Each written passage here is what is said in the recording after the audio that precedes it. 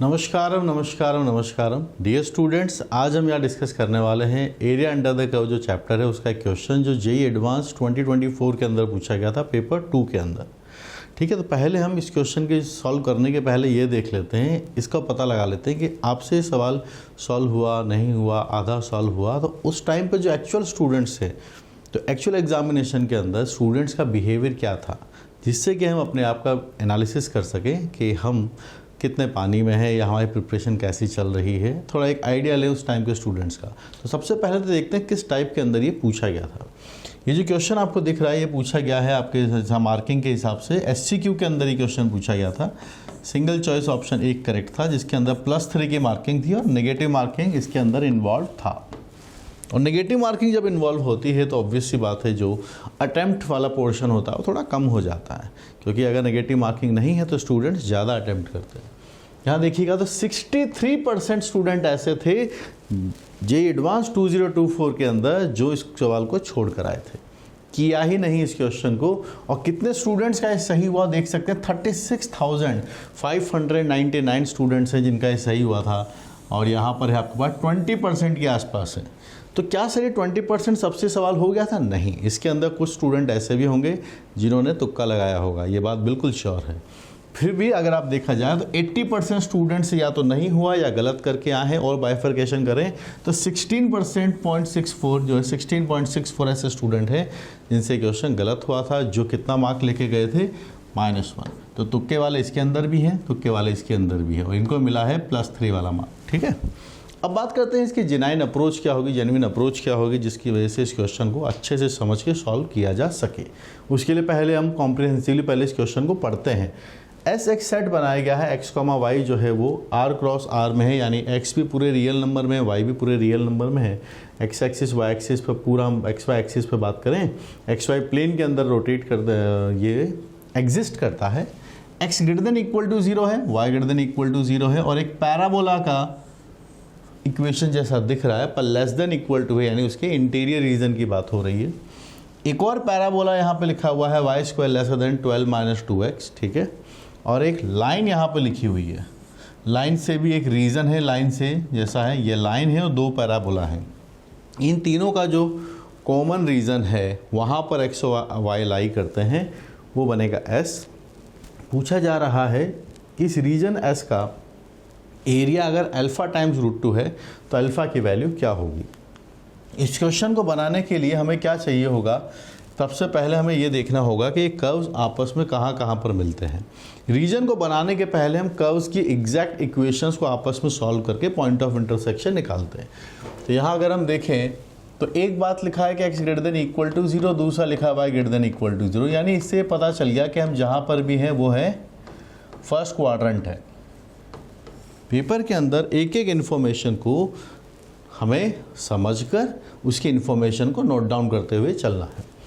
अगला जो कर्व लिखा हुआ है पैराबोला वो है y² = 4x, ये कर्व, और अगला वाला लिखा हुआ है अपने पास है y² = 12 - 2x। जब मैं कहता हूँ कि दोनों को सॉल्व करना है तो इस y² की जगह हम 4x रख लेते हैं, तो हमारे पास है यहाँ 12, यहाँ 6x बन जाएगा।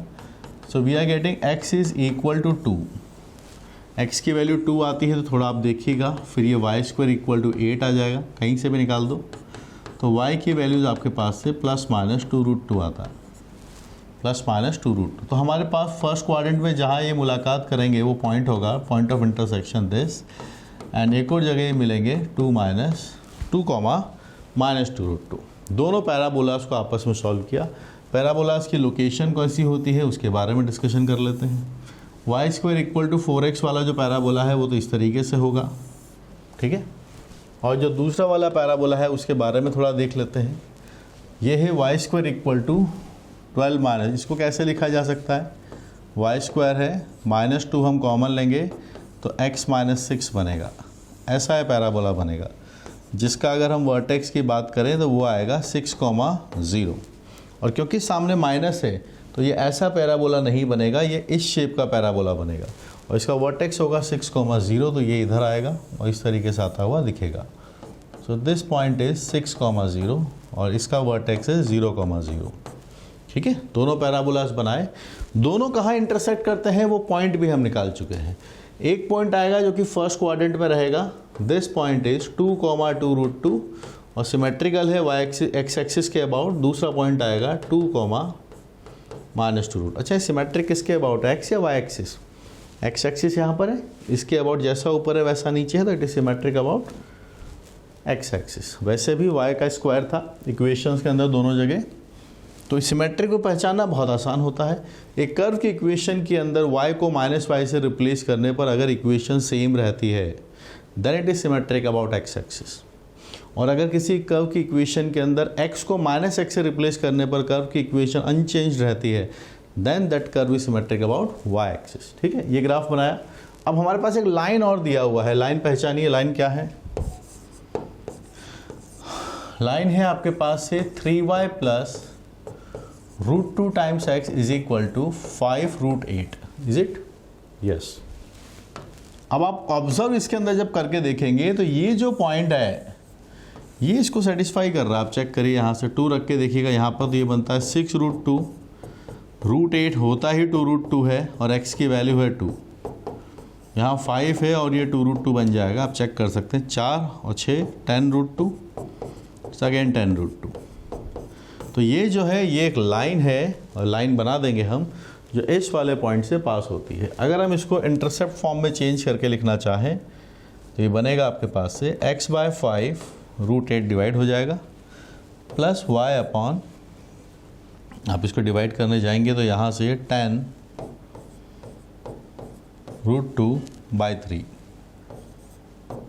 ये डेटा है। तो 2√2 है तो 10√2 बनेगा, 10√2 से यहाँ डिवाइड करते हैं तो x/5 आता है और यहाँ 10√2 से डिवाइड करने जब जाएंगे हम तो यहाँ पर 10√2/3। ठीक है, चलिए इसको अब हम प्लॉट कर लेते हैं यहाँ पर कि कैसे लाइन बनेगा, फिर हम रीजन्स को फिगर आउट करेंगे कहाँ पर है। इस पॉइंट से पास होगा, ये इधर आता हुआ इधर बनेगा और ये यहाँ एक पॉइंट होगा 5,0 और y एक्सिस पर जहाँ पर ये कट करने वाला है उसकी भी बात करते हैं। y एक्सिस पर ये कट करेगा, किस जगह पर कट करेगा? y एक्सिस पर। लाइन की इक्वेशन थियरी 0,10√2/3। ठीक है, 0,10√2/3 ठीक लिखा है मैंने डेटा। ठीक है, चलिए अब कहाँ पर है, अब हम रीजन्स को फॉर्म आउट करते हैं, कौन कौन से रीजन्स की कहाँ पर बात हो रही है।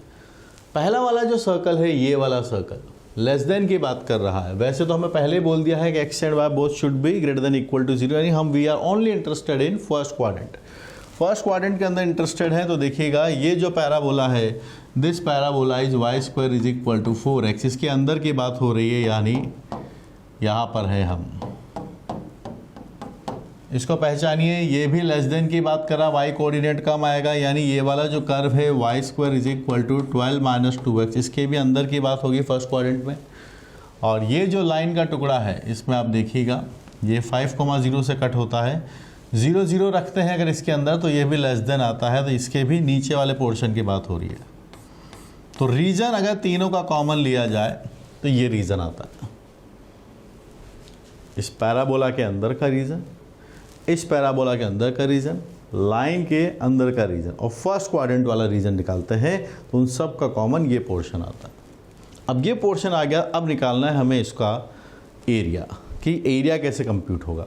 इस एरिया को कंप्यूट करने के लिए अब आप समझिएगा कि अगर मैं यहाँ से एक परपेंडिकुलर ड्रॉप करता हूँ, ठीक, ये परपेंडिकुलर मैंने यहाँ पर ड्रॉप किया है, तो फिर ये बन गया है एक triangle. So let's call this point as A, this point as B, this point as C, this point as M। सारे पॉइंट्स बना दिए, तो ये हम निकाल सकते हैं, this is the part of triangle, area of the triangle, इसका तो एरिया निकल जाएगा। लेकिन ये जो कर्व्स है इसको हम इंटीग्रेशन से निकाल सकते हैं। तो रिक्वायर्ड एरिया जो हम चाहते हैं, area, required area,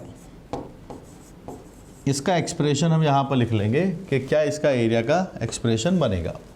so you tell me, 0 से लेके कब तक इस m के कोऑर्डिनेट क्या होंगे? ये 2,2√2 है, तो इसी से जो परपेंडिकुलर x एक्सिस पर आएगा उससे कोऑर्डिनेट होगा 2,0। So this is going to be the integration from 0 से 2 और ये वाला कर्व। इससे इक्वेशन कैसे निकलेगी सिंप्लीफाई होके? y will become 2 times √x, ऊपर वाला सेगमेंट ले रहे हैं इसलिए प्लस लेंगे, नीचे वाला सेगमेंट अगर ये वाला लिया जाता तो फिर ये आता आपके पास से -2 टाइम्स रूट एक्स। तो इंटीग्रेशन से आपके पास से बनेगा this is 2 times root X D X. इससे हमारे पास ये जो सेगमेंट है ये वाला एरिया आ जाएगा निकल के, प्लस कौन सा area, area of the triangle which is 1/2 this length base into height. तो height is AM and the base length is MC। ठीक है, दोनों के डेटास निकाल देंगे, ये छोटा सा इंटीग्रेशन है, इसको कंप्यूट कर लेंगे, हमारा आंसर हमारा इंतज़ार कर रहा होगा।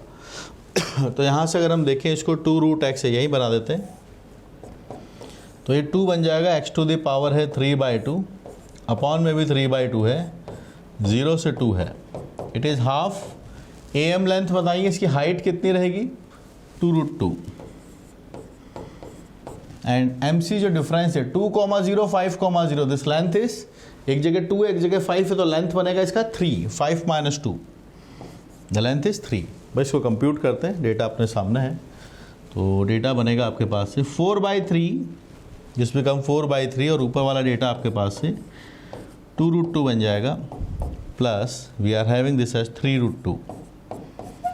ठीक है, 2 से 2 कैंसिल, दिस इज 3√2। आगे बनाते हैं, कुछ डेटा बना के देखते हैं कितना पहुँचे हम।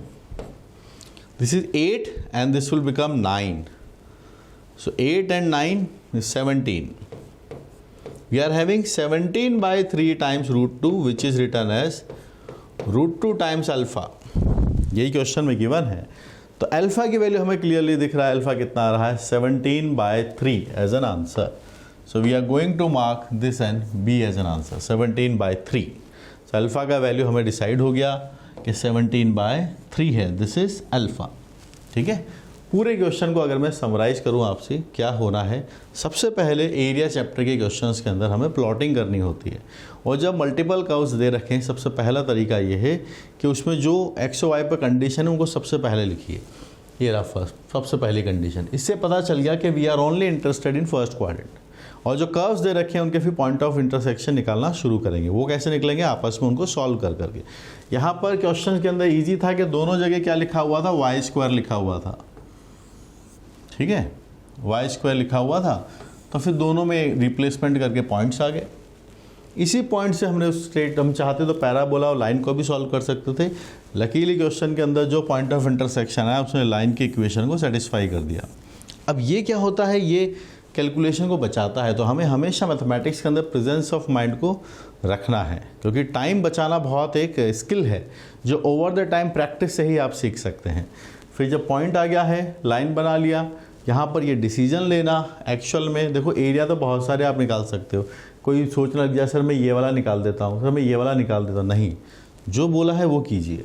Less than equal to 4x था तो पैराबोला के अंदर वाला आएगा, दूसरे वाले पैराबोला में तो दूसरा जो वाइट वाला पैराबोला उसके भी अंदर का रीजन है, और लाइन के बिलो है। तो इन तीनों से जो कॉमन कंडीशन लगती है वो ये जो ब्लू वाला मैंने मार्क किया वो है, जिसकी एक साइड है आपके पास से ट्राइंगल और एक साइड से आपके पास से y² इक्वल टू 4x वाला जो एरिया था, जो इंटीग्रेशन से निकाला, और ट्राइंगल का area half base into height से हमने निकाला। इन सब चीज़ों को आप भी कम टाइम में सॉल्व करना सीख सकते हैं। उसके लिए आपको चाहिए होंगे रिसोर्सेज। तो इसके लिए आप मेरी जो कैलकुलस वाली बुक है उसको आप सॉल्व कीजिए, उसमें ढेर सारे सवाल आपको एरिया इस पर्टिकुलर क्वेश्चन चैप्टर्स का आपको करने को मिलेंगे, और बुक पूरी सॉल्व है। जितना अच्छे से आप उसको सॉल्व करेंगे, जितना प्रैक्टिस करते जाएंगे, उतना आपका ये जो पॉइंट ऑफ इंटरसेक्शन निकालना है तो रिफाइनमेंट आपका होता चला जाएगा। मैथमेटिक्स की और ब्रांचेस की बुक्स भी अवेलेबल हैं, coordinate geometry, algebra, trigonometry, vector 3D और प्रीवियस ईयर बुक्स, ये ऑल दीज आर अवेलेबल आपके नियर बाय स्टोर पर हैं, और अमेजोन और फ्लिपकार्ट पे भी आपको मिल जाएंगी।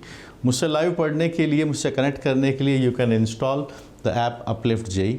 Thank you guys. See you there. We are always available here for your uplifting JEE preparation. Thank you.